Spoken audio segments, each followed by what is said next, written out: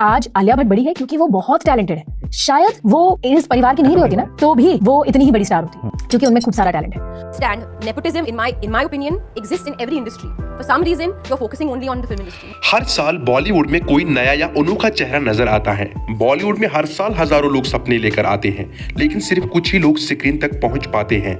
और फिर एक नाम आता है आलिया भट्ट। कुछ लोग कहते हैं वो बॉलीवुड की बेस्ट एक्ट्रेस हैं और कुछ कहते हैं कि अगर उनका सरनेम आलिया भट्ट न होता तो शायद आज उन्हें कोई जानता भी नहीं। तो आखिर सच क्या है? क्या आलिया टैलेंट की वजह से सुपरस्टार बनी या उनके पीछे बॉलीवुड का सबसे बड़ा सिस्टम था? आज हम इसी राज पर बात करेंगे। सबसे पहले हम बात करते हैं 2012 की। एक फिल्म आती है स्टूडेंट ऑफ द ईयर। उसमें 3 नए चेहरे लॉन्च होते हैं। उसमें से एक चेहरा था आलिया भट्ट। लेकिन यहाँ से डिबेट शुरू होती है। आलिया फिल्म मेकर महेश भट्ट की बेटी है, इसीलिए लोग कहते हैं कि उन्हें वो मौका मिला जो लाखों आउटसाइडर्स को कभी मिल ही नहीं पाता। ये बात काफी हद तक सच है। फिल्म फैमिली से आना इंडस्ट्री में एंट्री को आसान बना सकता है, लेकिन क्या सिर्फ एंट्री ही किसी को सुपरस्टार बना देती है? अगर जवाब हाँ होता तो बॉलीवुड के हर स्टार किड आज नंबर 1 होता। लेकिन रियलिटी कुछ और है। कई स्टार किड्स लॉन्च हुए और कुछ ही सालों में ऑडियंस उन्हें भूल गई। लेकिन यहाँ आलिया भट्ट की कहानी अलग नजर आती है। उन्होंने हाईवे की, फिर उड़ता पंजाब, फिर राजी। हर फिल्म के बाद एक ही सवाल दोबारा उठता रहा, क्या ये सिर्फ प्रिविलेज है या असली टैलेंट भी है? लेकिन कहानी का दूसरा पहलू भी बाकी था।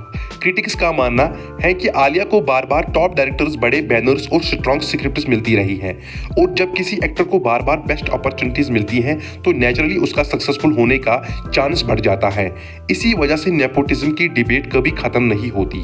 कई टैलेंट आउटसाइडर्स को वैसे मौका कभी मिला ही नहीं, और इन्हीं सवालों को लेकर बहुत सारे लोग सोचने पर मजबूर हो जाते हैं। अब आलिया की अगली फिल्म आ रही है अल्फा। YRF सुपर यूनिवर्स की पहली फीमेल लीड एक्शन फिल्म है और बहुत बड़ी एक्सपेक्टेशंस हैं। अब सबकी नज़र इस बात पर होगी, क्या आलिया एक बार फिर अपनी परफॉर्मेंस से सबको इम्प्रेस कर पाएगी या फिर नेपोटिज्म की डिबेट और तेज हो जाएगी?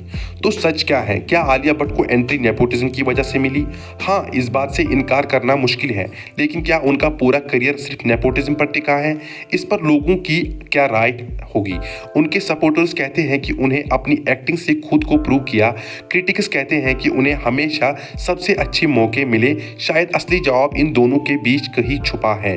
अब फैसला आप कीजिए, आलिया भट्ट टैलेंट है या नेपोटिज्म? और हाँ, उसके बाद बड़ी उंगली रणबीर कपूर पे भी उठती है। रणबीर कपूर एक ऐसा एक्टर है जिन्होंने कई सुपरहिट मूवीज दी हैं, और लोग ये भी कहते हैं कि उसका एडवांटेज भी आलिया भट्ट खूब उठाती है।